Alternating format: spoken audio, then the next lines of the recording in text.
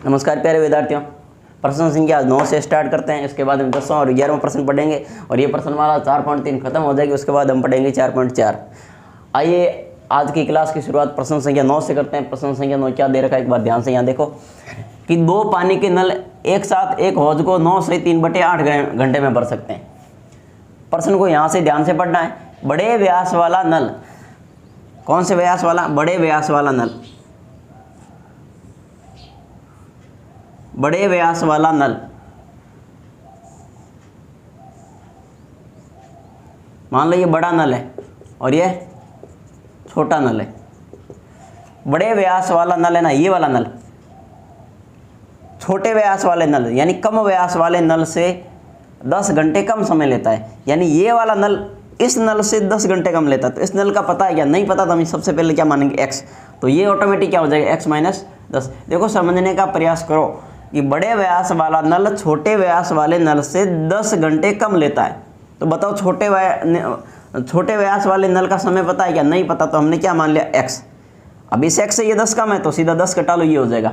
इस तरह से आपको इस प्रश्न को करना है। इधर देखो,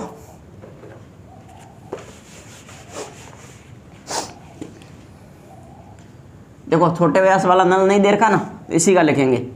माना के रूप में लिख लो, सीधा लिख लो, कुछ भी लिख लो कि छोटा नल या छोटे व्यास वाला नल, एक ही बात है। छोटा नल हौज को भरने में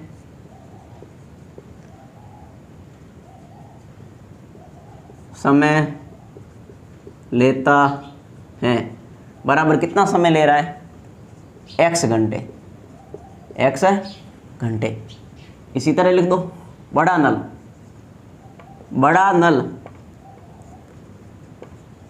हौज को भरने में समय लेता है। बराबर क्या करेंगे? स्पष्ट बोल रखा है कि कम व्यास वाला नल यानी कम व्यास वाला नल, बड़े व्यास वाला नल। कौन सा? बड़े व्यास वाला नल यानी बड़ा नल छोटे नल से 10 घंटे कम समय लेता है। छोटा नल का समय क्या माना? x। तो ये x माइनस क्या हो जाएगा? 10 और ये घंटे हो जाएगा। हो गया। दोनों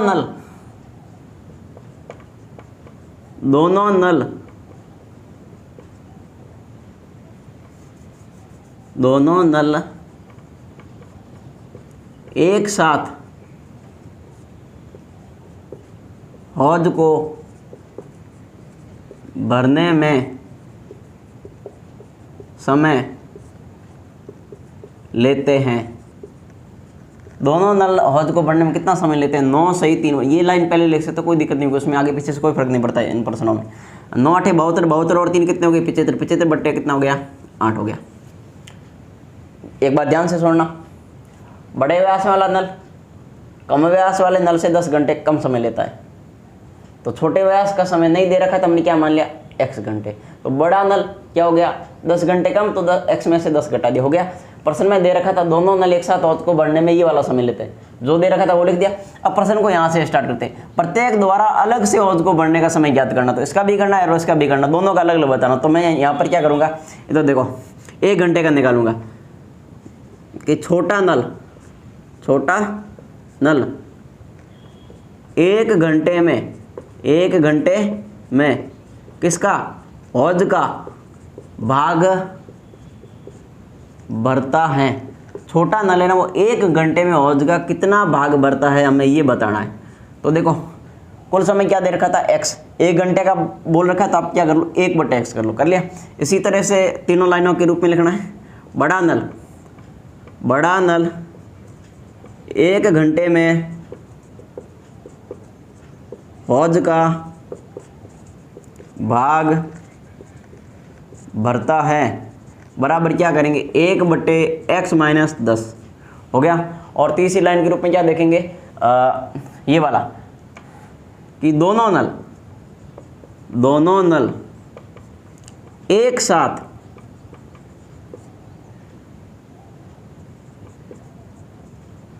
दोनों नल एक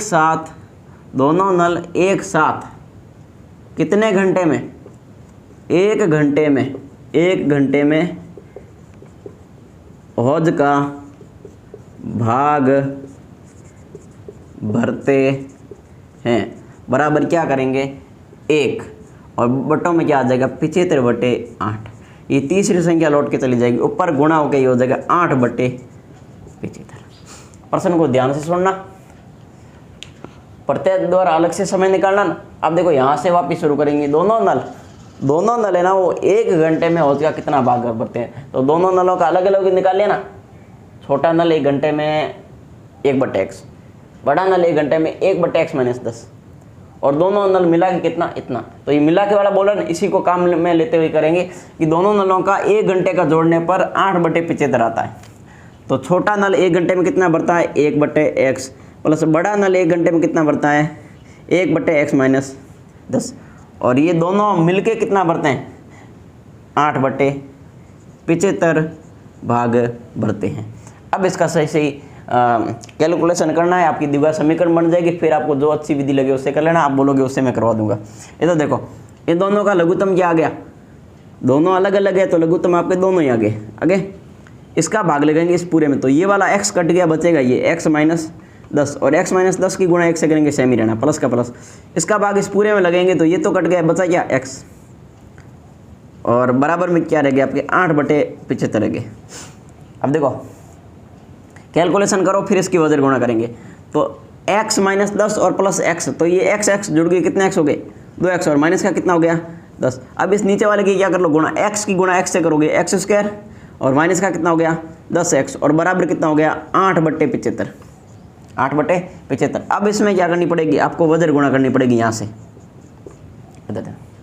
वजन गुणा करोगे तो आप क्या बन जाएगी, द्विघात समीकरण बन जाएगी। इधर देखो 8 की गुणा, पहले देखो इसको ऐसे भी कर सकते हैं, ऐसे भी कर सकते हैं। अच्छा रहेगा कि आप इसको कर लो x² वाला ना, इसकी कर लो, क्योंकि द्विघात समीकरण बनानी तो स्क्वायर वाली संख्या आगे रहनी चाहिए। बाकी ऐसा कोई जरूरत नहीं है, पक्षांतरण करोगे तो ऑटोमेटिक आपका प्रश्न सही हो जाएगा। x² की गुणा 8 से करो 8x², प्लस माइनस 8 की गुणा 10x से करो,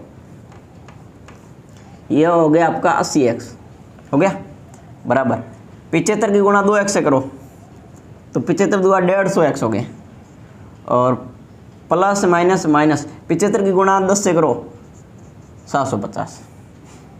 अब कुछ भी नहीं करना है, इसको पक्षांतर करना है, आपकी द्विघात समीकरण बन जाएगी। यही देखो 8x², x² वाली संख्या यहाँ है क्या, नहीं है, छोड़ दो। माइनस के 80x, x वाली संख्या इधर है क्या, हाँ है, कितने 150x है, किसके प्लस के उधर जाएंगे, किसके बन जाएगी माइनस के 150x, और माइनस का क्या बच गया, सॉरी ये उधर लाना ना, तो प्लस का कितना हो गया 750, और बराबर क्या आ गया 0। अब आप इसको गुणनखंड विधि से भी हल कर सकते हो, श्रीधर आचार्य से कर सकते हो, पूर्ण वर्ग विधि से कर सकते हो। पीछे वाले 1-2 प्रश्न 4-5 प्रश्न तो मैंने करवाए थे आपको श्रीधर आचार्य विधि से, पीछे वाली क्लास में 2-3 प्रश्न मैंने करवाए थे आपको वापिस गुणनखंड विधि से। बाकी गुणनखंड विधि के बहुत सारे प्रश्न पढ़ रखे हैं। अब मैं यही प्रश्न आपको करवा देता हूँ श्रीधर आचार्य विधि से। इधर देखो क्या लिखूंगा, व्यापक, या सीधा लिख सकते हो द्विघात समीकरण से तुलना करने पर, व्यापक द्विघात समीकरण से तुलना करने पर व्यापक क्या होती है, ax² प्लस का bx प्लस का c बराबर 0। बताओ a का मान क्या है, a का मान यानी x² के गुणा में क्या है a, यहाँ x गुणा में कितना है 8, ये इसका मान होता है, ऐसे लिखे जाते हैं। बाकी अच्छे ढंग से आपको बता रखे हैं। x के गुणा में क्या है b, तो x के गुणा में b का मान कितना हो गया माइनस के 80, c बराबर c, अंतिम पद कितना है ये देखो यहाँ, अरे क्या कर दिया, इसको जोड़ा नहीं ना, एक बार प्लीज़ इसको जोड़ घटाव कर लो, मैंने सीधा ही इसको कर दिया। थोड़ा सा 1 मिनट के लिए इसका कैलकुलेशन करना भूल गया अपन। 8x² का 8x² और माइनस के 80x और माइनस के 150x, ये माइनस के 230x हो गए, और प्लस का 750 बराबर 0। अब लिखेंगे व्यापक द्विघात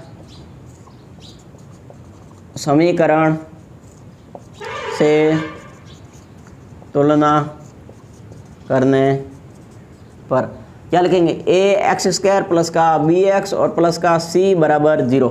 अब ए बी के मान लिखेंगे, मैं यहाँ ए बी के मान यहाँ लिख देता हूँ, बाकी वाले प्रश्न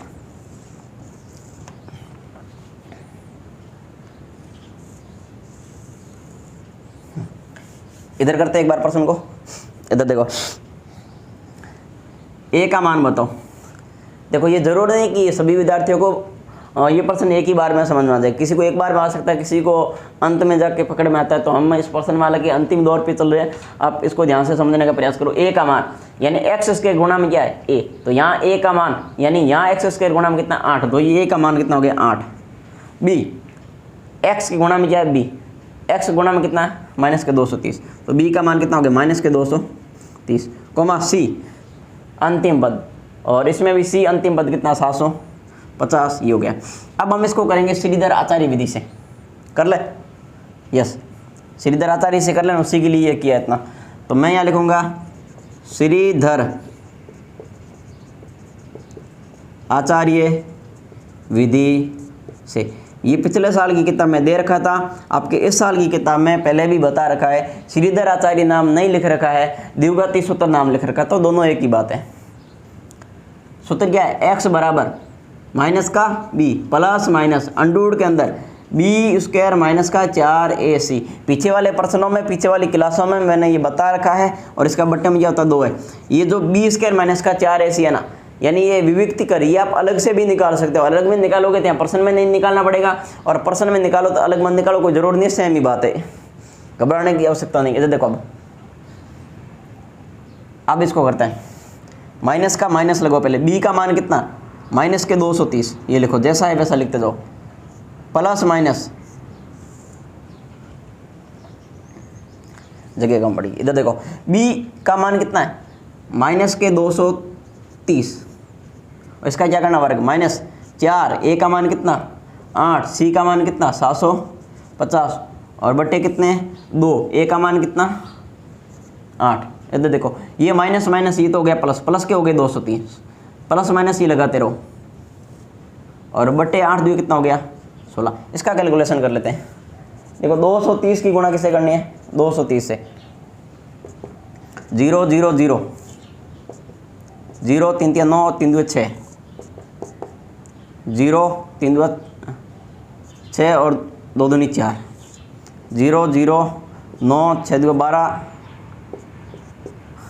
ये हो गया आपका 52,900 माइनस, अब इसकी गुणा कर लो, 8 चौक 32, और 32 को गुणा करेंगे 750 से, 0 5 2 10 हासिल का 1 7 2 14 1 15, 0 और 5 3 15 हासिल का 1 और 7 3 21 और 1 22, ये हो गया आपके 0 0 0, यहाँ कितना गए 4 और 2, ये हो गया आपके 24,000, और बट्टे कितना आ रहा है 16। अब इधर देखो 230 प्लस माइनस, अभी अंडूड के अंदर ही करना है,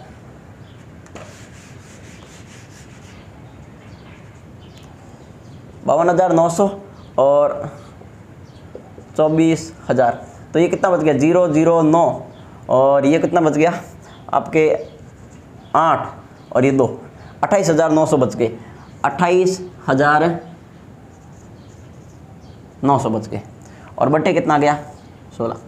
अब गणना क्या है, लगभग प्रश्न खत्म हो रहा है, इसका वर्गमूल बाहर निकालो, और फिर एक बार प्लस का चिन्ह ले लो और एक बार माइनस का चिन्ह ले लो, आपका उत्तर आ जाएगा। तो देखो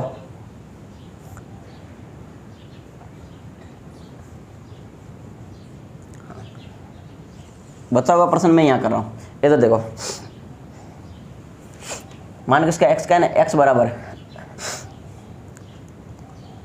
230 प्लस माइनस। अब इसका अंडूर से बाहर निकालना कितना, देखो दो तरीके हैं, आप इसको गुणनखंड विधि से निकाल सकते हो, आप इसको भाग विधि से यानी वेदी गणित के माध्यम से निकाल सकते हो। इधर देखो अंत में 2 0, तो एक बार देख लो शॉर्टकट हो रहा था, शॉर्टकट कर लो। इधर देखो शॉर्टकट कैसे, जैसे देखो 289 किसका वर्ग है, 289 किसका वर्ग है, 289 आपके देख लो, ये 17 का वर्ग है, 17 का क्या है वर्ग, 17 का वर्ग करोगे कितना आएगा 289 आएगा, और ये पीछे कितने जीरो, 2 जीरो, इसका मतलब ये 170 का वर्ग है। बाकी निकाल के चेक कर लेंगे एक बार आंसर की तरफ बढ़ते अगर होगा तो, नहीं तो दोबारा वापस आ जाएंगे यहाँ परसेंट की तरफ। ये 170 का ही होगा, 170 और बट्टे कितना आ गया 16। यहाँ तक आपका प्रश्न एकदम सही है। प्लस माइनस आ गया, वर्गमूल यानी अंडर से बाहर निकाल लेना। अब आपको एक बार धनात्मक चिन्ह लेना है, एक बार ऋणात्मक लेना है। धनात्मक चिन्ह लेने पर x बराबर 230 का 230, धनात्मक बोला तो प्लस का ले लो, और 170 और बटे कितना कर लो 16। तो ये करो 230 में 70 जोड़ा 300, 300 और 100 400, 400 में 16 का भाग लगाओ, कितना आएगा 16 का भाग लगाओगे तो आपका ये आ गया 16 दूआ 32, 8 0 16 85 25 आ गया। अब लेंगे ऋणात्मक चिन्ह लेने पर, ऋणात्मक चिन्ह लेने पर इधर देखो x बराबर 230 का 230 प्लस की जगह माइनस लेंगे, 170 लेंगे और बटे 16 करेंगे। तो ये आपका 200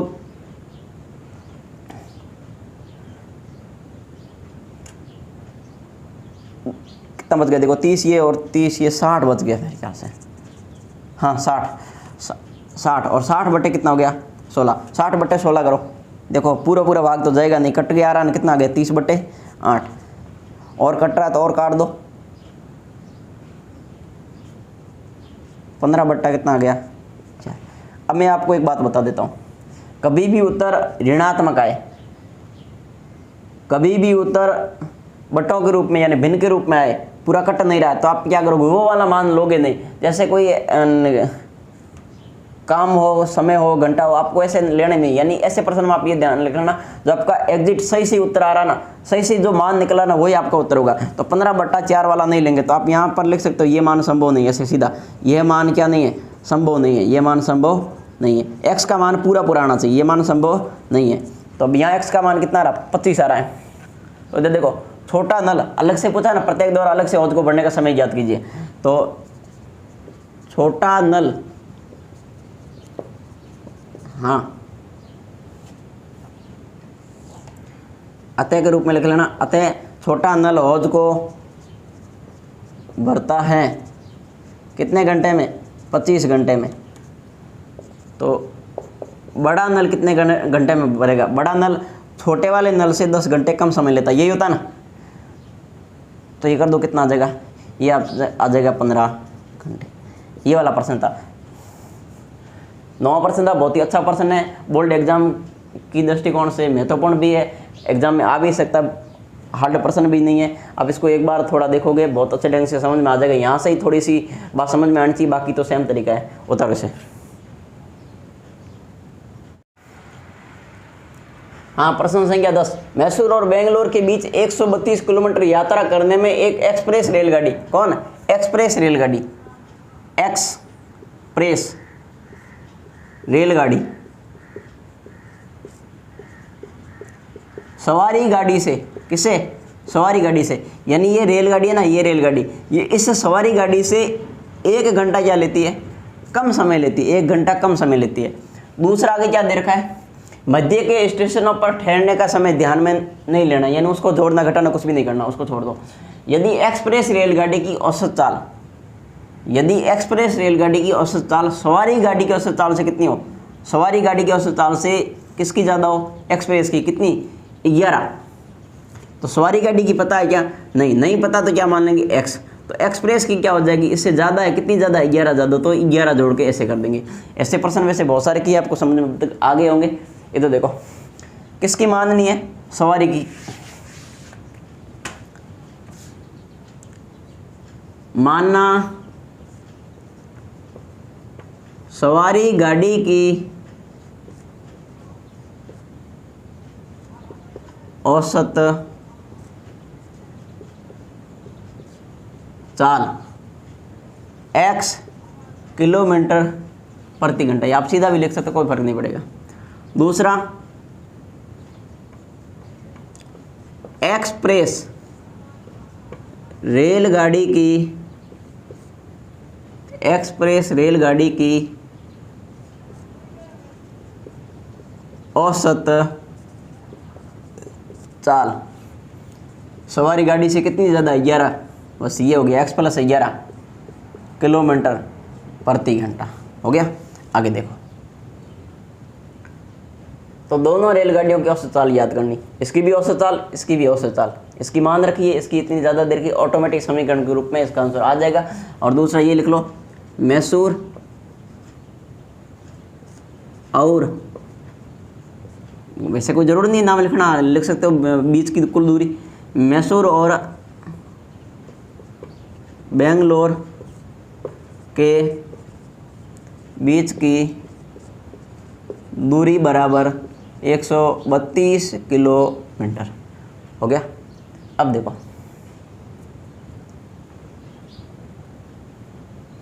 अब देखो चाल निकालनी ना, तो ये चाल मान रखिए और यहाँ पे ये इसमें 11 जोड़ के ये इस सिस्टम बन रखा है, तो आपको यहाँ पे क्या करना, समय निकालना अलग से।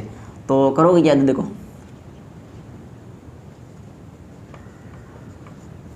सवारी गाड़ी द्वारा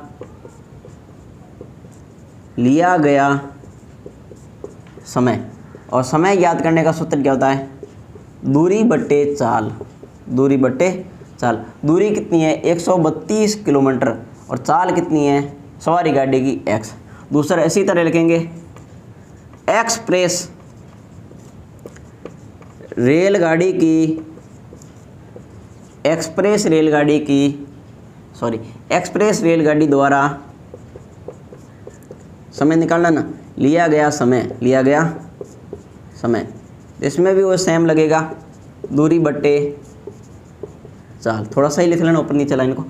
तो यहाँ पे कितना हो जाएगा, दूरी तो वही 132 किलोमीटर, और इसकी चाल कितनी हो गई, x + 11। हो गया। अब देखो, अब क्या दे रखा है, यदि एक्सप्रेस रेलगाड़ी सवारी गाड़ी से 1 घंटा कम समय लेती है, ये वाली लाइन लिखो, देखो ऐसे देखो,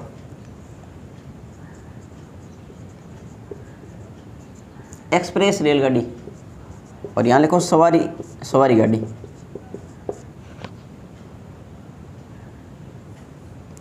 अब देखो समय कौन कम ले रही है, ये कम ले रहे हैं ना, किससे, इससे। तो ऐसे देखो, इसको आगे पीछे यहाँ ऐसे लिखना पड़ेगा, मैं आपको समझा देता हूँ सिर्फ एक बार के लिए। यहाँ लिख देता हूँ एक्सप्रेस, मान लो ये 4 घंटे लेती है, इसका मतलब ये कितने घंटे लेगी, 3, तो 4 में से 3 गया, मतलब कितना बचा, 1। तो 1 को समझेंगे कैसे कि ये एक्सप्रेस गाड़ी है ना, ये सवारी गाड़ी से 1 घंटा कम समय लेती है, ये इस फॉर्मेट के रूप में आपको यहाँ लिखना है। इधर देखो,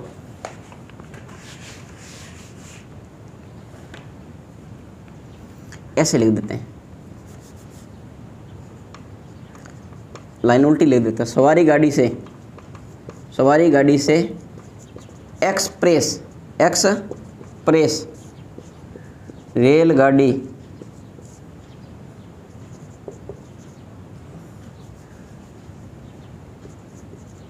कम समय लेती हैं, बराबर कितना, 1 घंटा। देखो ऐसे समझो, ये जो एक्सप्रेस रेलगाड़ी है ना, ये सवारी गाड़ी से कितना कम समय ले रही है, 1 घंटा, 1 ले रहे।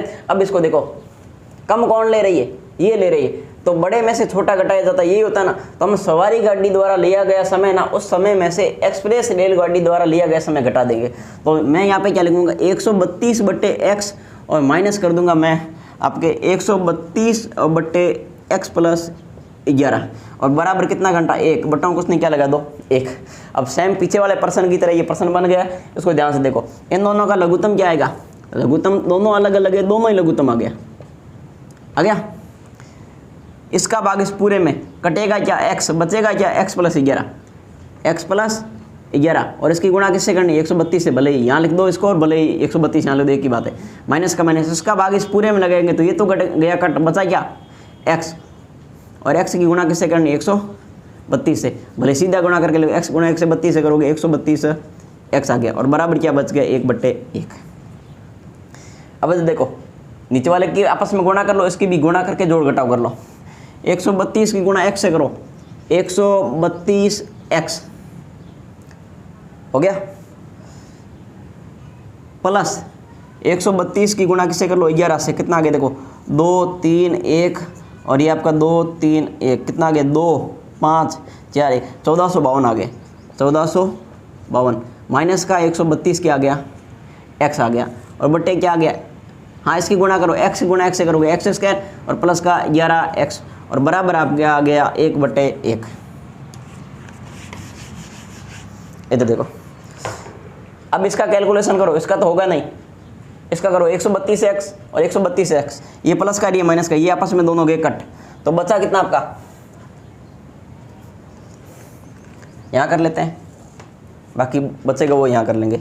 इधर देखो कितना बच गया 145 क्या है ये 1452 है, 1452 बट्टे क्या आ गया एक्स स्क्वायर प्लस का 11x और बराबर कितना है 1/1। अब इसकी कौन सी गुणा करेंगे, अब इसकी वजर गुणा करेंगे, वजर गुणा करने पर इसकी इससे कर लो, मतलब पहले इसको कर लो एक्स स्क्वायर की गुणा, मतलब 1 से करोगे सेम सेम है, एक्स स्क्वायर प्लस का कितना हो गया 11x और बराबर 1 से करोगे ये 1400 कितना आ गया 52 आ गया। अब इसको इधर ले जाओ तो एक्स स्क्वायर प्लस का 11x माइनस के 1452 बराबर 0।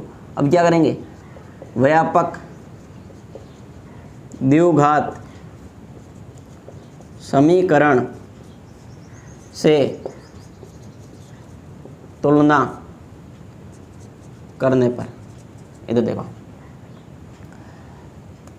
एक्स स्क्वायर प्लस का bx और प्लस का c बराबर 0, a का मान बताओ, b का मान बताओ और आप मुझे c का मान बताओ। a का मान एक्स स्क्वायर गुणा में कुछ नहीं है 1 हो गया, b का मान 11, अंतिम पद माइनस का 1452 हो गया। अब यहाँ पे हम क्या करेंगे श्रीधर आचार्य विधि से इस प्रश्न को हल करेंगे। श्रीधर आचार्य विधि से या सूत्र द्वारा विधि द्वारा कुछ भी लिख सकते हो। सूत्र क्या है x बराबर माइनस का b प्लस माइनस अंडरूट के अंदर b स्क्वायर माइनस का 4ac और पूरे के बट्टों में आगे आपका 2 है।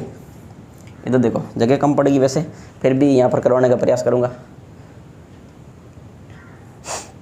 इधर देखो माइनस का माइनस b का मान कितना है 11, माइनस का 11 होता तो कोष्टक बना के लिखते हैं ताकि आगे प्लस का हो जाता, नहीं तो उसको सीधा लिखेंगे प्लस माइनस, इसको सही लिखो b स्क्वायर यानी 11 का स्क्वायर माइनस 4, a कितना है 1 और c कितना है माइनस का, सॉरी सही लिख लेते हैं माइनस का 1452 हो गया और बट्टे 2, a का मान 1। इधर देखो माइनस का 11 प्लस माइनस ये कितना हो गया, ये हो गया आपके 11 का वर्ग 121 माइनस माइनस गुणा करोगे प्लस।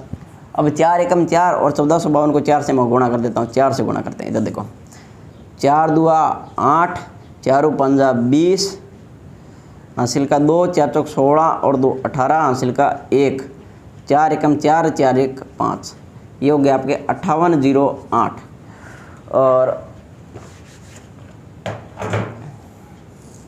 बट्टे हो गए 2। इधर देखो अब इसका वर्गमूल बाहर निकालना पड़ेगा ना, माइनस का 11 प्लस माइनस, इसको एक बार जोड़ेंगे बट्टों में क्या आएगा 2 आएगा, जोड़ो देखो 5808 में क्या जोड़ेंगे 121 जोड़ेंगे, ये हो गया 9 2 9 5 59 29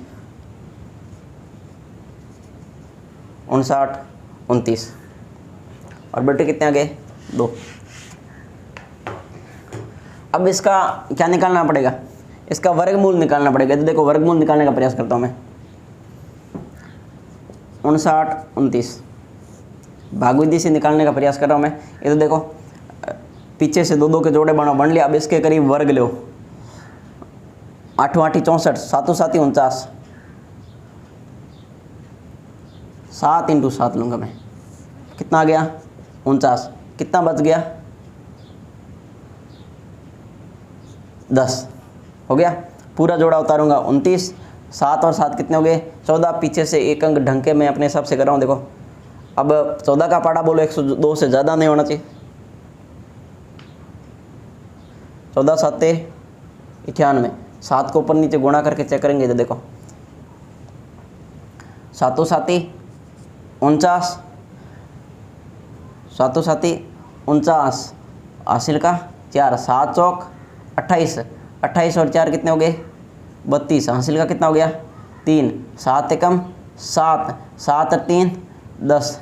बिल्कुल इसका उत्तर कितना आ गया 7 और 7 77 इसका वर्गमूल बाहर निकल गया भाई। अब अपने हिसाब से चेक कर लेना 77 इसका क्या निकलेगा वर्गमूल निकलेगा। इधर देखो, जरूर नहीं कि भाग विधि से करो, आप इसको गुणनखंड विधि से इसका आंसर निकाल सकते हो बिल्कुल इजी तरीके से, बाकी जो अच्छा लगे उससे कर लेना। इधर देखो तो यहाँ पर क्या लिखेंगे माइनस का 11 प्लस माइनस अंडूर से बाहर कितना निकल गया 77 और बट्टे कितना आ गया 2 आ गया। अब एकदम शॉर्टकट के रूप में मैं करवा देता हूँ कि आपको हमेशा नाम लिखता हूँ वही लिख लेना। यहाँ पर धनात्मक लिखना है, थोड़ी जगह और चाहिएगी, इसके लिए मैं थोड़ा प्रयास और करता हूँ। इधर देखो यहाँ तक ही लिखता हूँ, यहाँ मैं नाम लिखता हूँ धनात्मक चिन्ह लेने पर, आप पूरा नाम लिख लेना, लाइन लिख लेना धनात्मक चिन्ह लेने पर, और यहाँ लिखोगे ऋणात्मक चिन्ह लेने पर, ऋणात्मक चिन्ह लेने पर। अब देखो धनात्मक x बराबर, इस चिन्ह को नहीं लेना, इसमें से धनात्मक ऋणात्मक, ये जो है बोल के माइनस का 11 धनात्मक लिखा तो धनात्मक यानी प्लस का लेंगे, और 77 बट्टे कितने हो गए 2, तो इसका कैलकुलेशन करो कितना गया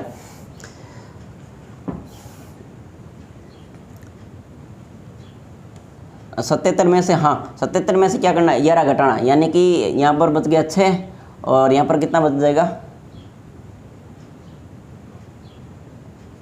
क्या हो गया, अरे इसको क्या, यहाँ 6 और 6 66 ही बच रहा है ना, हाँ 66 ही बच रहा है, 66 और बट्टे कितने 2 पॉइंटों में आ रहा है, क्या जा रहा है, मतलब ये 33 किलोमीटर। एक मिनट रुको, एक बार इसको भी देख लेते, उत्तर आ रहा है या नहीं आ रहा अपना। माइनस का 11, हाँ ये जोड़ोगे 66 बट्टे कितने आ गए 2 आ गया, और यहाँ पर कितना आ गया 33 आ गया। और यहाँ पे देख लो आप,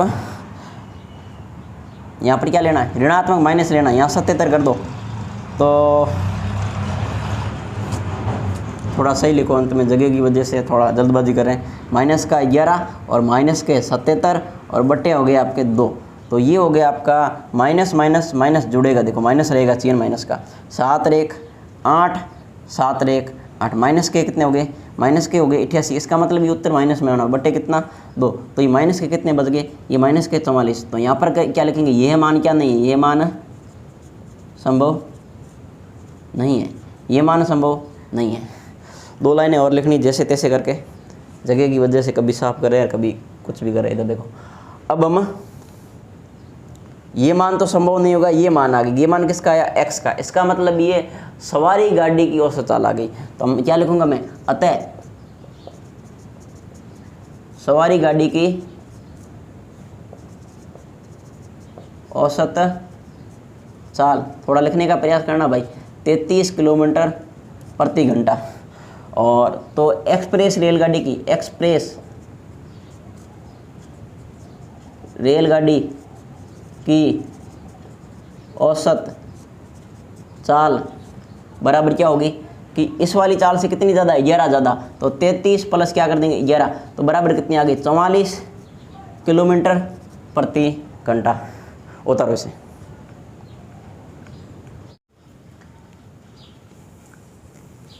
प्रश्न संख्या 11, 2 वर्गों के क्षेत्रफलों का योग 468 वर्ग मीटर, यदि उसके परिमापों का अंतर 24 है तो दोनों वर्गों की भुजाई ज्ञात कीजिए। देखो इसमें 2 कंडीशनें दे रखी है और दोनों वर्गों की भुजाई ज्ञात करनी, भुजाई हमें नहीं दे रखी है, तो जो चीज़ नहीं दे रखी होती है उसको हम सबसे पहले मानते हैं, परंतु करेंगे कैसे। इधर देखो,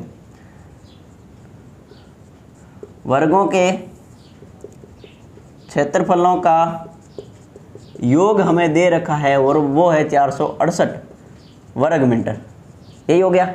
और परिमापों का हमें अंतर दे रखा है और वो अंतर है आपका 24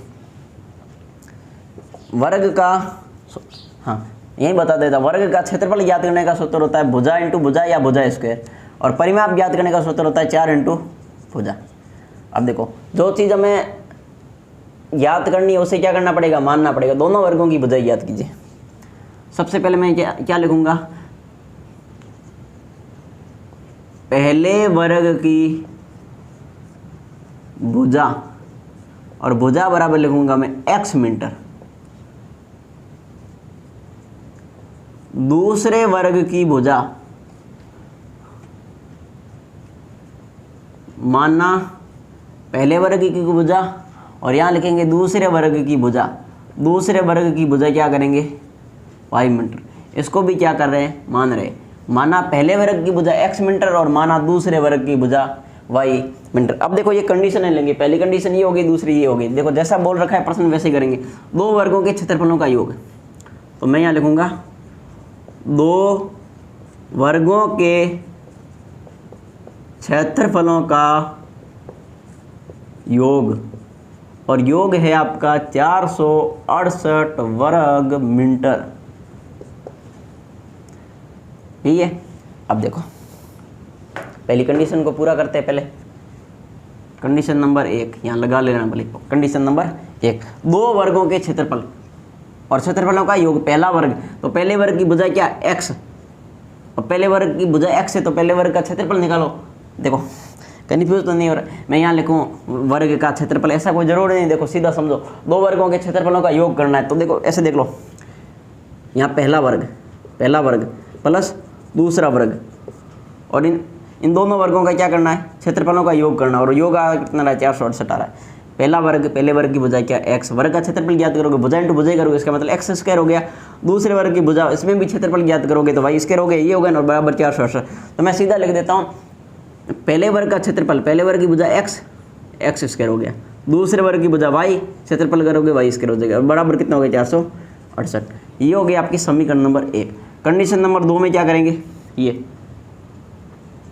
दोनों वर्गों के, लाइन लिखो तो पूरी लिख लेना, नहीं तो कोई जरूर नहीं। परिमापों का अंतर, अब देखो अंतर करोगे तो एक के लिए से अंतर होगा नहीं, दो है तभी आपस में उसका अंतर कर रहे हैं। तो परिमापों का अंतर कितना है, परिमापों का अंतर है 24। अब देखो परिमाप मतलब पहले वर्ग का परिमाप, तो पहले वर्ग की भुजा क्या है x है। अब पहले वर्ग की भुजा x है तो परिमाप ज्ञात करोगे तो 4 इंटू भुजा होगा, तो भुजा तो कितनी है x, गुणा में क्या आ जाएगा 4, अंतर का मतलब माइनस। दूसरे वर्ग की भुजा क्या है y, परिमाप ज्ञात करोगे तो 4 गुणा y होगा, तो भुजा तो y है, इसको कैसे गुणा कर दो 4, बराबर कितना आ गया 24। इसको देखो यहाँ काट लो, यहाँ भी 4, यहाँ भी 4, यहाँ भी 4, मतलब 4 का भाग इसमें गया x बचा, 4 का भाग इसमें गया y बचा, और 4 का भाग इसमें गया, कितना बच गया 6। अब आप इसमें x या y किसी को भी आगे पीछे रख सकते हो। देखो पक्षांतरण कर लो, भले x को रख लो तो y को रख लो, किसी को रख लो। देखो किसको रखो बोलो, देखो जैसे आप y को रखोगे यहाँ तो माइनस का y बराबर 6, और ये माइनस का क्या हो जाएगा y हो जाएगा। ये मैच नहीं खाएगा, हो जाएगा वैसे कोई दिक्कत नहीं। आप प्लस वाला रख लो, x को आगे रख लिया बराबर में पहले से कितना 6, ये माइनस का y इधर आएगा, किसका हो जाएगा प्लस का y हो जाएगा। इधर देखो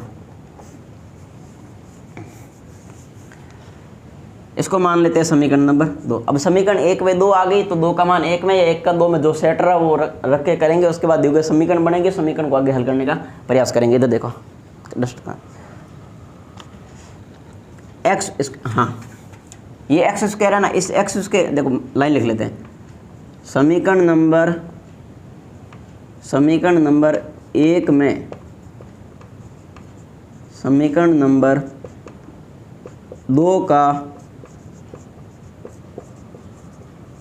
मान रखने पर, मान रखो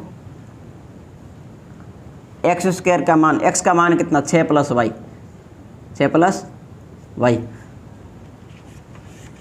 पूरा लिख लो। मैं समीकरण 2 को पहले लिख लेता हूँ, एक्स स्क्वायर प्लस का वाई स्क्वायर बराबर 468। वैसे सीधा लिखो तो सीधा लिख लो, मेरी ख्याल से सही नहीं। यहाँ एक्स स्क्वायर की जगह x का मान लिखो तो x प्लस क्या है, सॉरी 6 प्लस क्या है वाई, तो 6 प्लस वाई, और यहाँ भी स्क्वायर है तो यहाँ भी इसका क्या कर दो स्क्वायर कर दो, बाकी पूरा उतार लिया।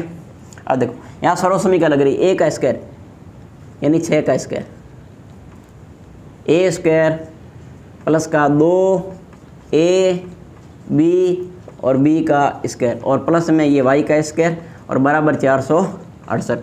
अब देखो 6 छंग 36, 6 दुआ 12y और y का स्क्वायर प्लस y का स्क्वायर बराबर 468। अब इसका जोड़ घटाव करेंगे तो देखो पहले स्क्वायर वाली संख्या लिखेंगे, 2y स्क्वायर प्लस का 12y प्लस का 36 और 400 इधर ले आओ, माइनस का 468 बराबर क्या बच गया 0। अब इसका कैलकुलेशन और करो, 2y² प्लस का 12y और ये माइनस का कितना बच गया, ये माइनस का 468 में से कितने घटाने 36 माइनस करने, 2 बच गया 3 बच गया 432 बच गए, 432 बराबर क्या हो गया 0। अब ये देखो, अब भी इसको काट सकते हो, देखो ax² प्लस का bx प्लस का c है ना, इसकी जगह क्या रहा y, तो पहले मान किसका आएगा y का आएगा, वैसे उससे कोई फर्क पड़ने वाला है नहीं।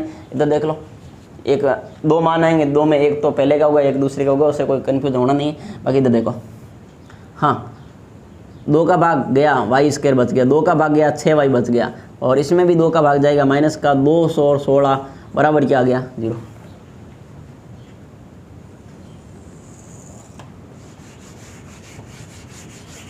अब इसकी व्यापक द्विघात समीकरण से क्या करेंगे तुलना, व्यापक द्विघात समीकरण से तुलना करने पर, ये तो देखो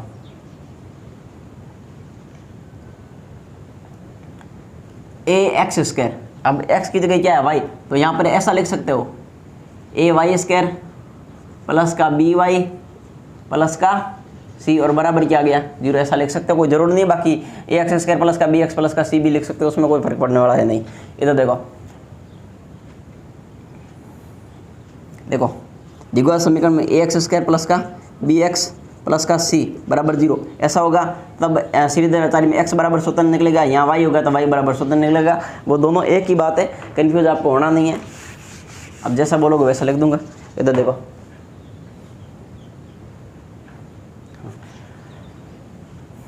a बराबर, हाँ किसी की दिक्कत हो रही थी वापिस ये कर लो, गुरुजी हमने ये देखी नहीं है, नहीं देखी तो रहने दो। इधर देखो, बाकी मान y के रूप में निकल, अंत में लिखेंगे y का इसका, a बराबर कितना 1, b बराबर कितना 6, c बराबर कितना माइनस के 216। श्रीधर आचार्य सूत्र से या विधि द्वारा, एक ही बात है, विधि द्वारा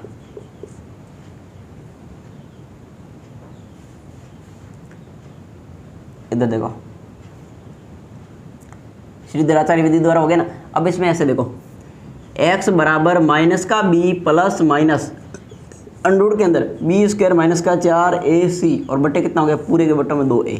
इधर देखो माइनस का माइनस, b का मान कितना 6 प्लस माइनस 6 का वर्ग माइनस 4 का 4, a का मान कितना, a का मान 1, c का मान कितना माइनस के 216 और बट्टे में 2 एकम 2 माइनस का 6 प्लस माइनस अंडूर के अंदर ये हो गया आपके 36 और माइनस माइनस हो गया प्लस 216 की गुणा करेंगे अपने 4 से।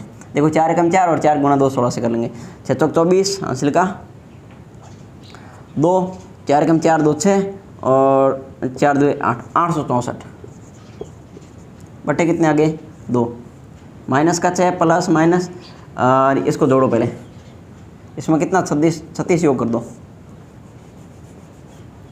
0 अंशल का 1 0 कितने बच गए कितने आ गए 900 आ गए।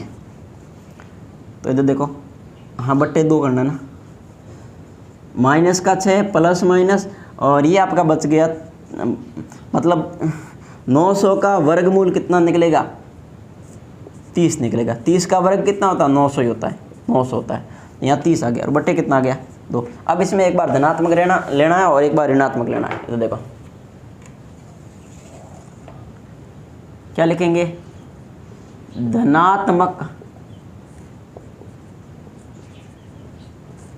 चिन्ह लेने पर, बोलो धनात्मक क्या है, x बराबर माइनस का 6 प्लस माइनस नहीं करना है, गलती से कर दिया। इधर देखो धनात्मक की जगह धनात्मक ही लेना और यहाँ पर क्या करना 30 बट्टे कितना करना 2। इसका कैलकुलेशन करोगे 30 में से 6 गया 24 और 24 बट्टे 2 करोगे तो इसका मान कितना आ गया 12। दूसरा ले लो आप ऋणात्मक चिन्ह लेने पर, ऋणात्मक चिन्ह लेने पर इधर देखो ऋणात्मक चिन्ह लोगे ना तो आप x बराबर माइनस का बी की जगह कितना है 6, और यहाँ माइनस ही लेना, यहाँ 30 लेना और बट्टे कितना करना 2, तो यहाँ माइनस के कितने आ गए 36, बट्टे कितने 2, तो ये आपका उत्तर कितना आ जाएगा माइनस का 18। माइनस के 18 आ गए तो यहाँ पर लिखेंगे यह मान क्या नहीं है, संभव नहीं है। इधर देखो, अब आपको यहाँ पे थोड़ी सी एक्स्ट्रा बात करने का प्रयास करूँगा। आप ऐसे समझो, ये अगर किसका मान है, पहले वर्ग की भुजा कितनी, अगर एक बार के लिए लिखता हूँ दोबारा साफ करूँगा। इधर देखो, पहले वर्ग की भुजा कितनी आ गई 12, एक्स का मान कितना है, एक्स का मान 12 है। पर तो मैंने यहाँ पे अभी बताया था नहीं, यहाँ वाई आ रहा, तो यहाँ वाई लिखना ज़रूरी है नहीं है या नहीं, अभी मिलान कर लेते थे। देखो, अगर ये पहले वर्ग की भुजा आ गई तो दूसरे वर्ग की भुजा कैसे निकालेंगे, समीकरण से निकालेंगे, इस समीकरण से। तो मैं यहाँ एक बार लिख लेता हूँ x + 6 + y, यही है, नहीं ऐसे नहीं है, x बराबर लिख रखा, वैसे कोई बात नहीं है, x + 6y, x + 6y। अब देखो x का मान यहाँ पे कितना आ गया 12, बराबर कितने 6 + y, तो मान किसका याद करना, y का, तो 12 - 6, तो y का मान कितना आ जाएगा 6 आ जाएगा। हाँ ये भी सही है। तो पहले वर्ग की भुजा ये हो गई और दूसरे वर्ग की भुजा चाहे कैसे मान लेना, तो इससे भी आप लिख सकते हो, कोई दिक्कत नहीं होगी। तो मैं यहाँ पर लिख देता हूँ, इधर देखो, ये लिख देता हूँ, अतः पहले वर्ग की भुजा बराबर क्या मान लो, देखो दोनों में या के रूप में लिख सकते हो, ये पहले की है तो वो दूसरे की है, वो दूसरे की थी पहले की है। पहले वर्ग की भुजा कितनी हो गई 12 मीटर, कितनी हो गई 12 मीटर, तो दूसरे वर्ग की भुजा क्या करेंगे, निकालेंगे कैसे, उस समीकरण से कि x बराबर 6 + y है ना, तो इसमें x का मान कितना आ रखा है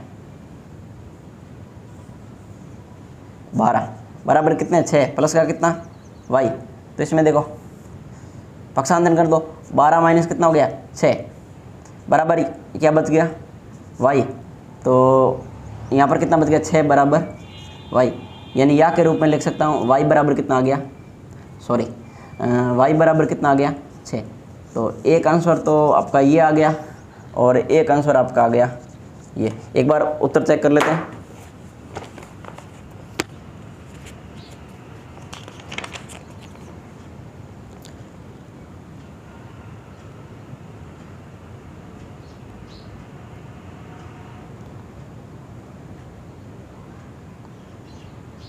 छः नहीं, यहाँ 18 आ रहा है। इधर देखो कहीं ना कहीं मिस्टेक है, इधर देखो एक बार के लिए यहाँ चेक कर लेना। यहाँ पे ऐसे ही कर लो, थोड़ा सही रहेगा कि यहाँ पे आप y मान लो। देखो इधर देखो, थोड़ा सा एक बार प्रयास करो, चेक करो। मैंने पहले ही बोला था ना, इसमें यहाँ अगर समीकरण में y दे रखा तो यहाँ y लिख लो, हो गया। इसका मतलब भी x बराबर नहीं है, किसके बराबर है y बराबर। इसका मतलब भी किसका मान निकला है, y का मान निकला। y का मान कितना आ गया 12। देखो एग्जाम में गलती मत करना, y का मान आ गया ना, तो ये y का मान है। इसका मतलब ये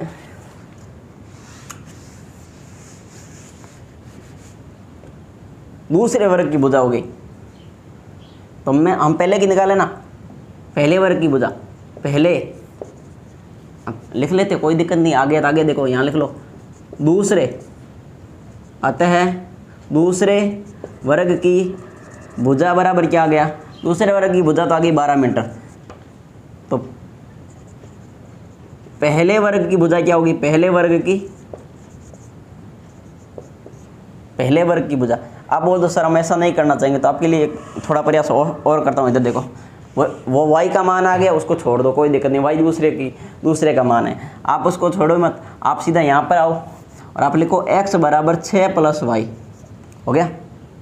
मान किसका निकालना, x का, 6 का 6 प्लस का प्लस, y का मान कितना रखा है 12। इसका मतलब x बराबर कितना आ गया 18, y बराबर 12, x बराबर 18। अब आगे करते हैं। इधर देखो, अब लिखो आप अतः के रूप में, ऐसा सही रहेगा। अतः पहले वर्ग की भुजा को क्या माना, x। पहले वर्ग की भुजा को x माना है और यहाँ पे x का मान कितना आ गया 18। एक तो आंसर आ गया आपका ये, ऐसे कर लेना। और दूसरा लिखोगे दूसरे वर्ग की भुजा, दूसरे वर्ग की भुजा को आपने क्या माना है y माना, और दूसरे वर्ग की भुजा y का मान कितना है 12। ये आपका आंसर आ गया। हाँ, इसको भी मिनटर में लिखना बहुत ज़रूरी है, ये भी मिनटर में और ये भी मिनटर में। ये आपका आंसर आ गया।